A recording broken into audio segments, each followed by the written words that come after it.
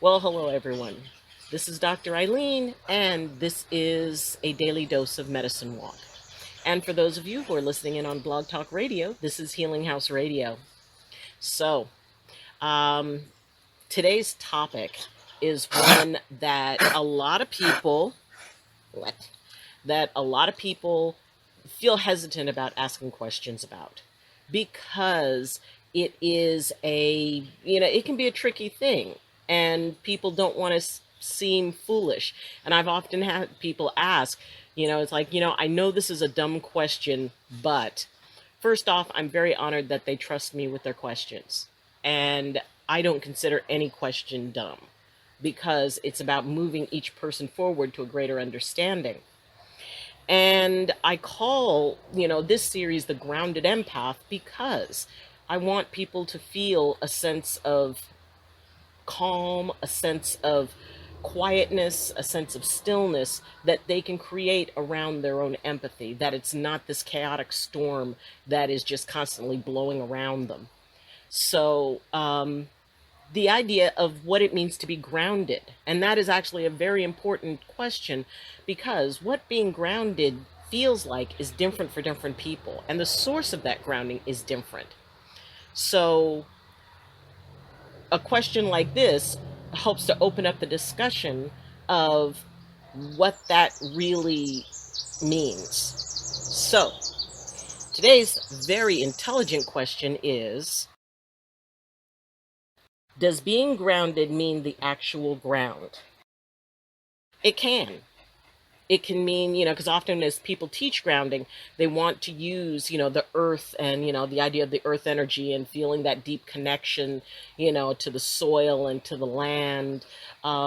Because, there is that stillness, there is that kind of peaceful place that you find within yourself, because that's the heart of grounding, is what is that peaceful place within you and what connects you to it. So for many it is, when I start off teaching people about grounding, normally I will use a stone and I'll tell them, okay, hold on to this stone and experience it. Now experience it with your empathy, direct your empathy into the stone. And what people will find, because I believe that there's spirit in all things. So what they find is they connect with the spirit of that stone, that stillness, that quiet, and they also connect with a great example for what it means to be detached, to let things simply flow past. Bless you. So, can people get that from the earth? Yes.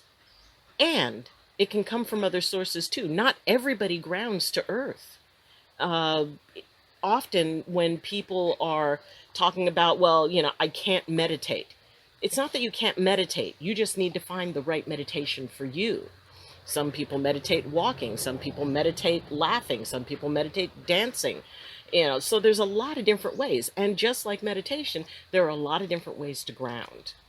And maybe yours is not grounding to earth. Maybe, okay, picture being up on a mountain. And all of a sudden a breeze comes and you feel that slight pressure of the breeze, and it feels nice and it feels comfortable. And or if you're, let's say it's an autumn day and you're walking down the street and all of a sudden the wind kicks up the leaves around you and it seems almost as if it swirls around you, and you get that little feeling of flying because the air is moving past you. Yeah, that's grounding.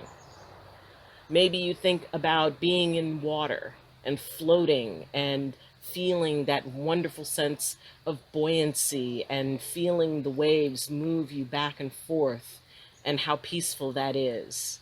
And, we came into this world in our physical selves surrounded by water, and it takes you back to that purity, that innocence. That's grounding.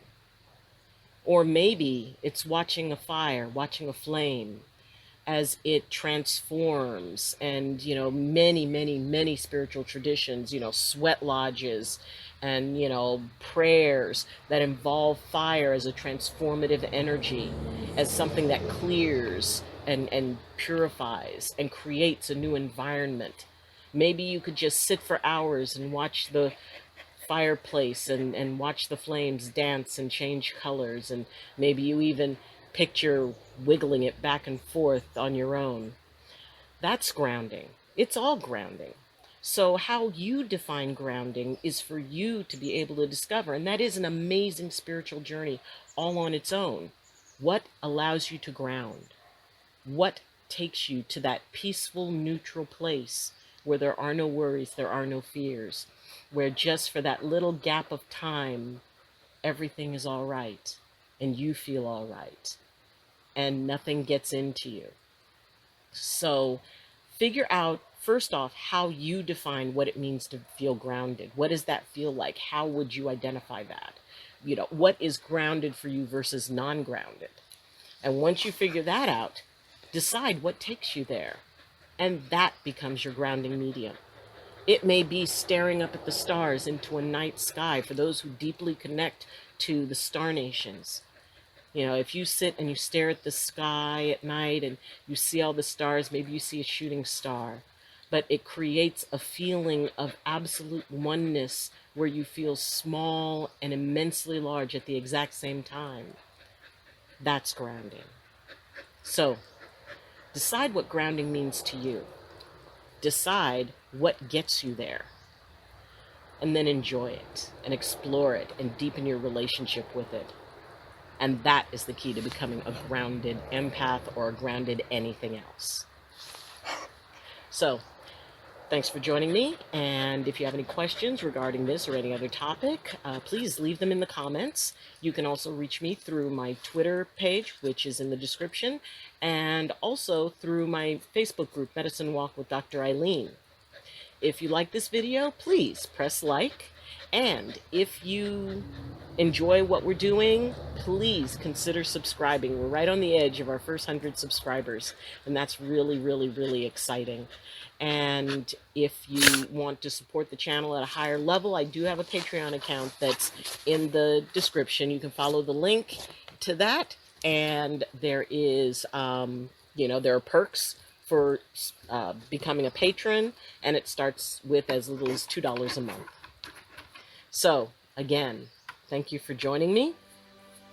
And as always, I wish you balance and I wish you blessings from my heart to yours.